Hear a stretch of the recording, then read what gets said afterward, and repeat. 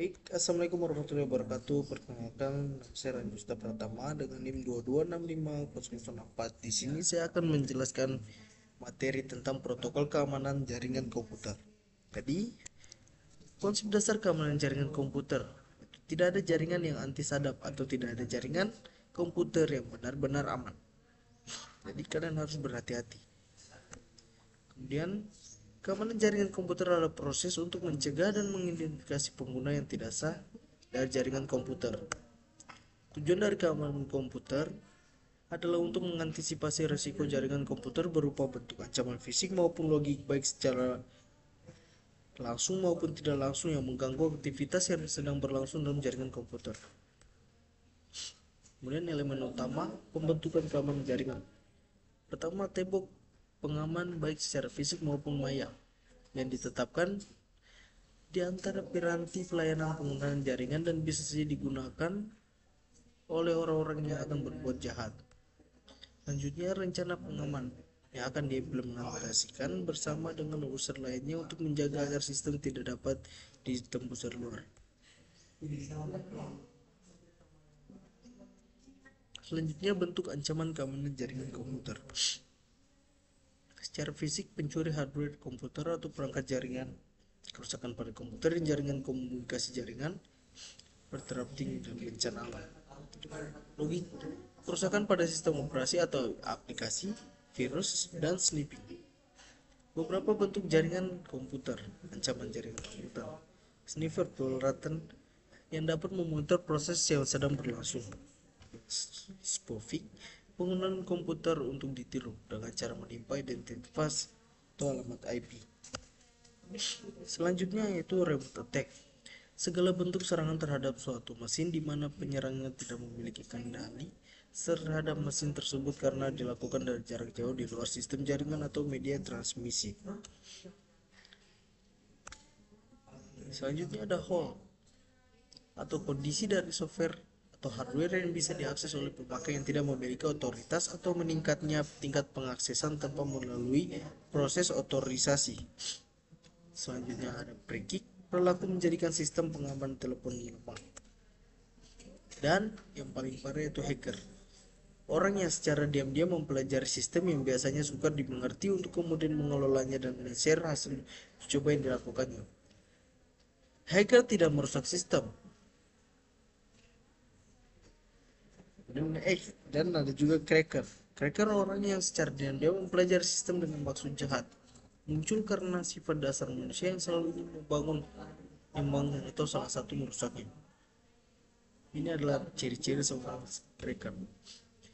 Ciri-cirinya seorang cracker adalah bisa membuat program C, C++, atau Perl dan memiliki pengetahuan TCP atau IP, menguasai sistem operasi Unix atau VMS, terhubung ke internet untuk menjalankan aksinya. Selanjutnya, melakukan aksinya pada malam hari dengan alasan waktu yang memungkinkan jalur komunikasi tidak padat dan tidak mudah diketahui orang lain. Cracker faktor melakukan serangan karena split, kecewa atau bersendam, sport, petualangan, profit, mencari keuntungan dari orang lain. Ada juga curiosity, mencari perhatian, dan politis, alasan politis. Kelemahan manusia yang meneror, kelemahan perangkat keras.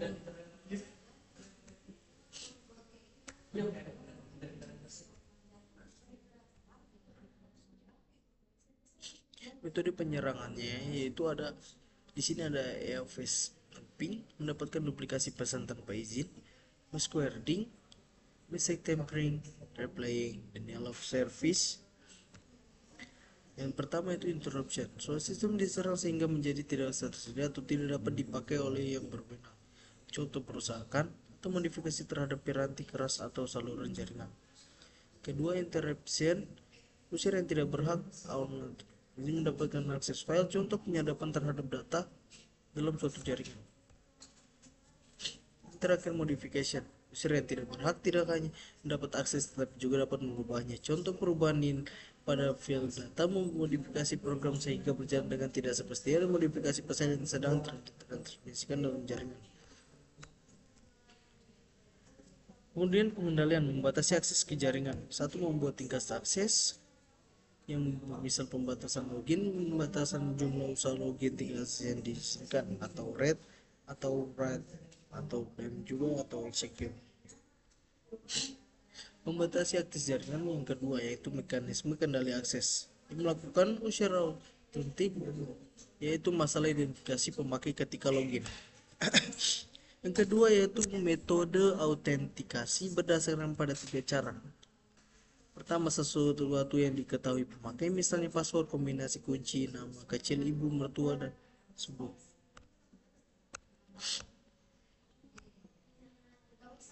Dan ketiga itu waspada terhadap rekayasa komputer sosial.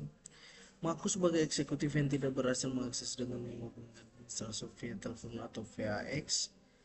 Yang kedua, mengaku sebagai administrasi yang perlu mendiagnosa masalah network dan menghubungkan end user via email atau fax dan surat. Jadi ini harus diwaspadai.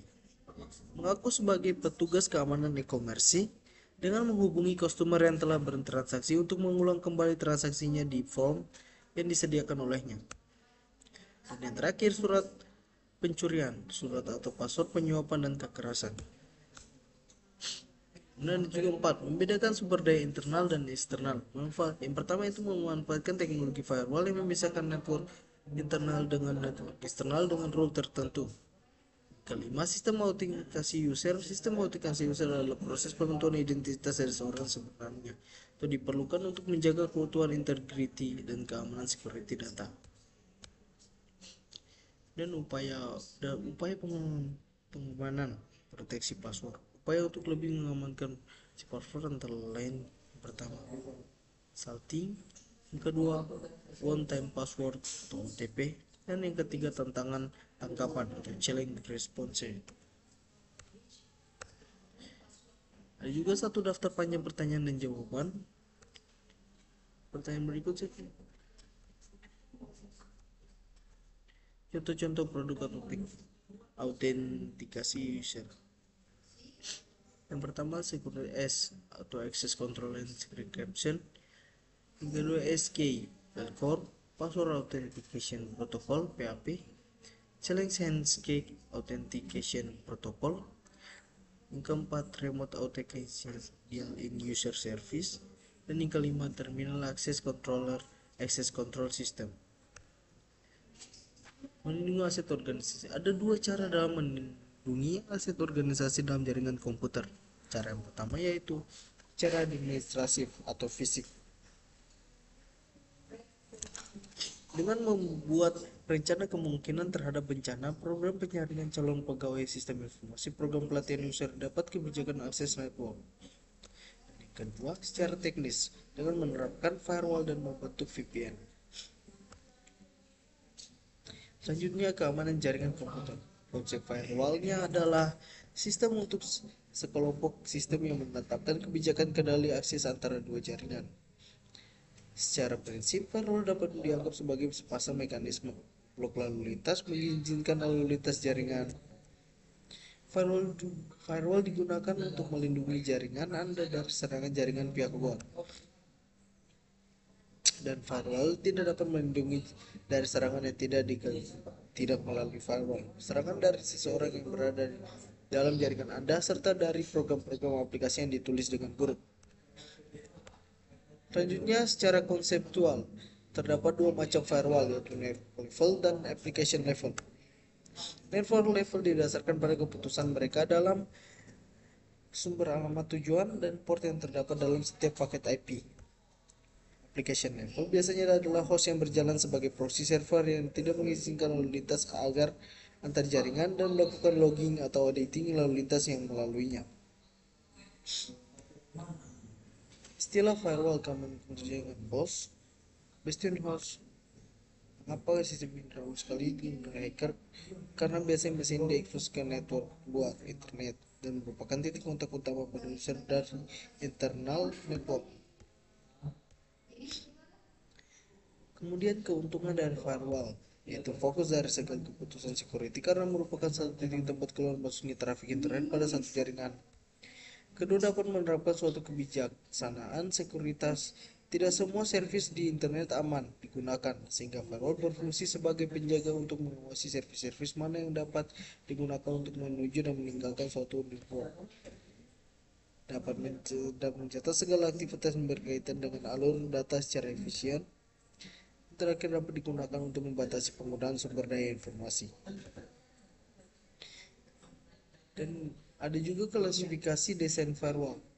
Pertama yaitu paket filtering. Sistem paket filtering atau screening router adalah router yang melakukan routing paket antara internal dan eksternal network secara selektif sesuai dengan security policy yang digunakan pada network tersebut. Ada juga informasi yang digunakan untuk menyeleksi paket-paket tersebut adalah IP address asal, IP address tujuan protokol yang berupa TCP, UDP atau ICMP. Ada juga port TCP atau UDP asal dan port TCP atau UDP tujuan.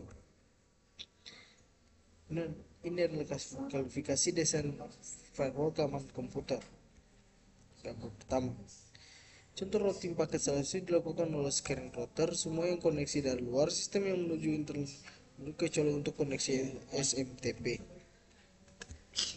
Selanjutnya, memperbolehkan servis email dan file transfer protokol FTP, tetapi memblok servis-servis berbahaya seperti travel file transfer protokol, VX window, remote procedure call, RPC, dan R service login, RS, dan lain-lain.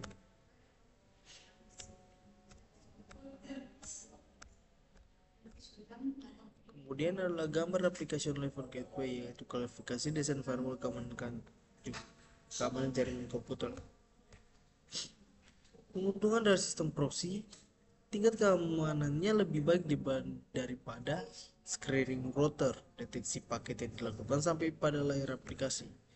Kekurangan dari sistem informasi, sistem proxy, performanisasinya lebih rendah daripada screening router karena terjadi penambahan header pada paket yang dikirim. Kedua aplikasi yang disupport oleh proxy ini terbatas. Sistem ini kurang transparan. Ketiga, circuit level gateway. Circuit level gateway merupakan sistem yang berdiri sendiri atau fungsi khusus yang terbentuk dari tipe application level gateway. Tipe ini tidak mengizinkan koneksi TCP end-to-end langsung. Ini adalah gambar keamanan komputer. Cara kerja circuit level gateway adalah gateway akan mengatur kedua hubungan TCP tersebut, satu antara dirinya pada penggunaan lokal inner host serta satu lagi antara dirinya dengan TCP penggunaan luar outside host.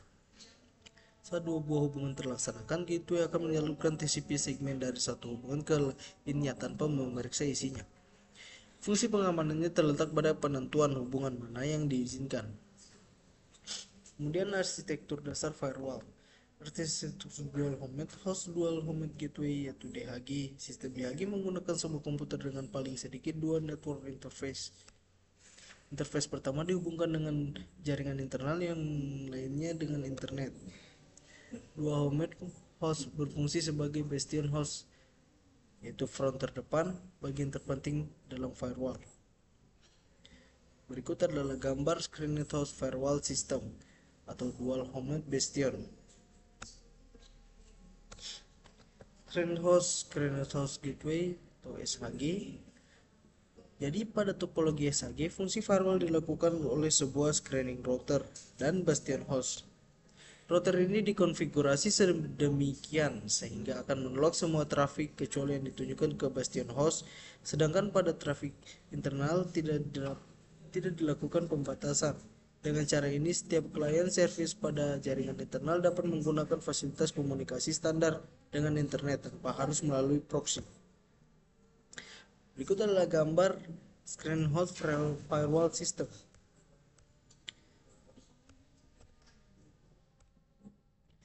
Kemudian di sini ada konsep VPN. Virtual Private Network atau VPN atau jaringan pribadi maya sama dengan jaringan pribadi private network PN. Pada umumnya di mana satu jaringan komputer suatu lembaga atau perusahaan di suatu daerah atau negara terhubung dengan jaringan komputer dari satu grup perusahaan yang sama di daerah atau negara lain. Perbedaannya hanyalah pada media penghubung antar jaringan, yaitu pada PN, media penghubungnya masih memiliki milik perusahaan atau grup itu sendiri. Kalau pada VPN, media penghubungnya adalah jaringan publik seperti internet. Cara membentuk VPN. Pertama yaitu tunneling. VPN dibuat dengan suatu tunnel lorong di dalam jaringan publik untuk menghubungkan antara jaringan yang satu dan jaringan yang lain dari satu grup atau perusahaan yang ingin membangun VPN tersebut. Kedua, seluruh komunikasi data antar jaringan pribadi akan melalui tunnel ini, sehingga orang atau user dari jaringan publik yang tidak memiliki izin untuk masuk tidak akan mampu untuk menyadap, mengacak, atau mencuri data yang melintasi tunnel ini. Terakhir, ada beberapa metode tunneling yang umum dipakai diantaranya yaitu IPX atau IP tunneling dan PPV atau IP tunneling. Berikut adalah penjelasannya. Selanjutnya, beberapa vendor hardware router seperti Cisco, Shiva, Byte sudah menambahkan kemampuan VPN dengan teknologi tunneling pada hardware mereka. Sekedar info. Kemudian cara membentuk firewall, cara membentuk VPN. Firewall atau IP hiding atau mapping kemungkinan mengakibatkan IP address dalam jaringan dipetakan atau ditranslasikan ke suatu IP address baru. Dengan demikian IP address dalam jaringan tidak akan dikenali di internet. Privilege elimination, kita dapat membatasi para user dalam jaringan sesuai dengan otoritas atau hak yang diberikan kepadanya. Misalnya user A hanya boleh mengakses homepage dan user B hanya boleh mengakses homepage, email, dan news.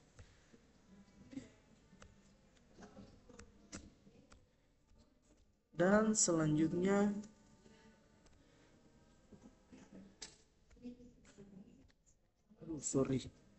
sepertinya masalah.